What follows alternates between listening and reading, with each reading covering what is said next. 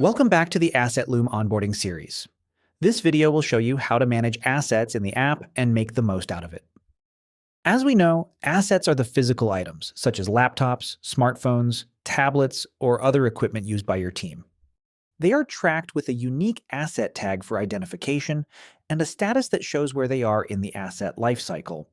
Before anything, you will need to create and add assets to AssetLoom. To create an asset manually, you can fill in the asset information. This is useful when you only need to add one or a few assets. For larger asset updates, you can use CSV import.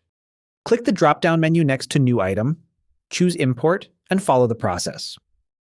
This is helpful when you are setting up AssetLoom for the first time or adding a batch of new devices. All assets you have created will be displayed in the list.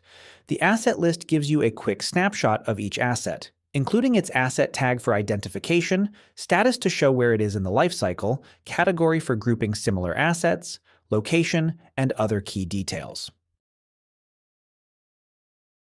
To help you work with a long asset list, AssetLoom provides a toolbar at the top of the table. You can use the search bar to quickly find a specific asset by name, asset tag, or other information. You can also use filters to narrow down assets that you want to show on the list. And you can use bulk actions when you want to update multiple assets at the same time. Simply select the assets you want to update, then choose the bulk action you need from the menu. You can edit multiple assets, delete, update their status, generate QR codes, or even export them for external uses.